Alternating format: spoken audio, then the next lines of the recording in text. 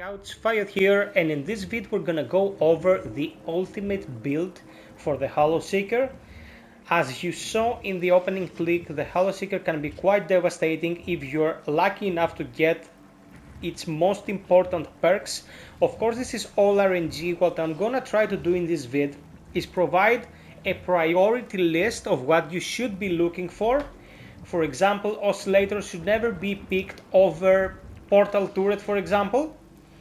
And in that way we can eliminate the least useful perks and focus on getting the best possible ones. Now, during the second cycle, your best possible combination will be that of 4 perks. You can get up to 4 perks, and that is additionally to your special, of course. So it's 4 perks and the special, and if you manage to get some of the most important ones, your Hollowseeker will be a force to be reckoned with. I'm also letting you know that I am doing the same for every weapon in the game, so look forward to them in the future. Without further ado, let's get into the menu and get this thing cracking.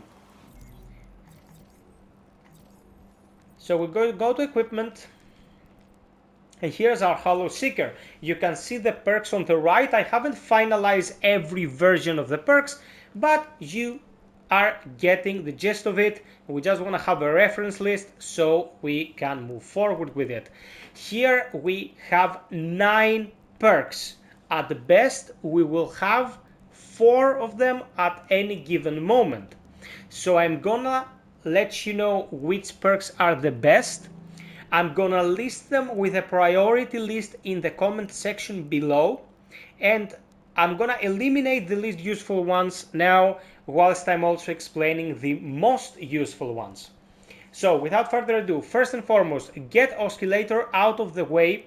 It is an interesting approach to maximizing damage whilst diminishing range, but it also kinda kills the DPS of the weapon, because you have to wait for the Oscillator to reach the enemy to cause damage, and then the next Oscillator will start moving onward, and so on and so forth. You don't want that. It will actually hurt your weapon, especially in areas where you will be fighting over longer distances. So for me at least, this is not the best one to be using.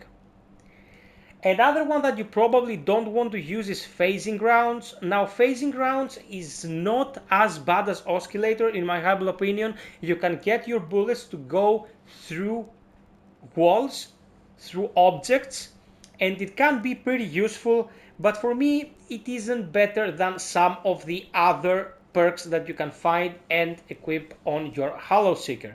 So that goes out of the door as well. Shrapnel is nice. The explosions can cause collateral damage and damage to the target itself. It will serve you well. It's not a garbage perk by any means, but it's not the most important one either. Have it on your Hollowseeker if you think that it's gonna help you. As I said, it's not exactly a make or break perk. Waves is good. Waves is quite good. It will fire waves behind your salvos and will deal additional damage. They also are of a horizontal pattern, so they can cover quite a bit of space, and if enemies are grouped together, the waves will be hitting them multiple times. You will be hitting multiple targets. A very good one, still not your top pick. We're getting to the meat and potatoes now. Split stream is very good. It's very good because every small salvo of fire that you're directing towards the enemy is followed by even more damage, and that can be quite devastating. If you manage to lock down an enemy and keep firing at it, you will see its health will diminish if you're using split stream. Have it on your weapon if at all possible. After that, we're gonna go for Serrated Projectiles. Serrated Projectiles is very good. You can just spray the room around you. For every shot that hits an enemy, you will actually cause a poison effect, and that will start eating at them slowly as you're dealing with other adversaries. In the Abyssal Scar especially, this can be extremely useful because there are tons of enemies and some of them are very durable. So Serrated Projectiles is a go-to perk. It's amazing, guys. Do not forget about it. Retarget is awesome for the Hollowseeker. The thing with Hollowseeker is that it's not hit scan. It has a travel time. Its bullets take a while to reach the target. So with Retarget, you can just hit the target and the bullets will be redirected to other targets after that and hit them as well. So you do not actually have to wait for the travel time to optimize your damage. It's a very, very good perk for the Hollowseeker. It also helps your portal turret.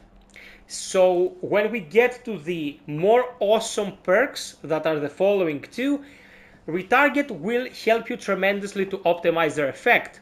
Portal turret, guys, is amazing. It is more DPS coming out of, well, your side of the equation. Very good damage, very, very accurate when targeted. It will follow enemies around and its projectile will also seek other enemies if you have Retarget and become even more damaging and optimal in their usage. Amazing perk altogether. Portal Beam.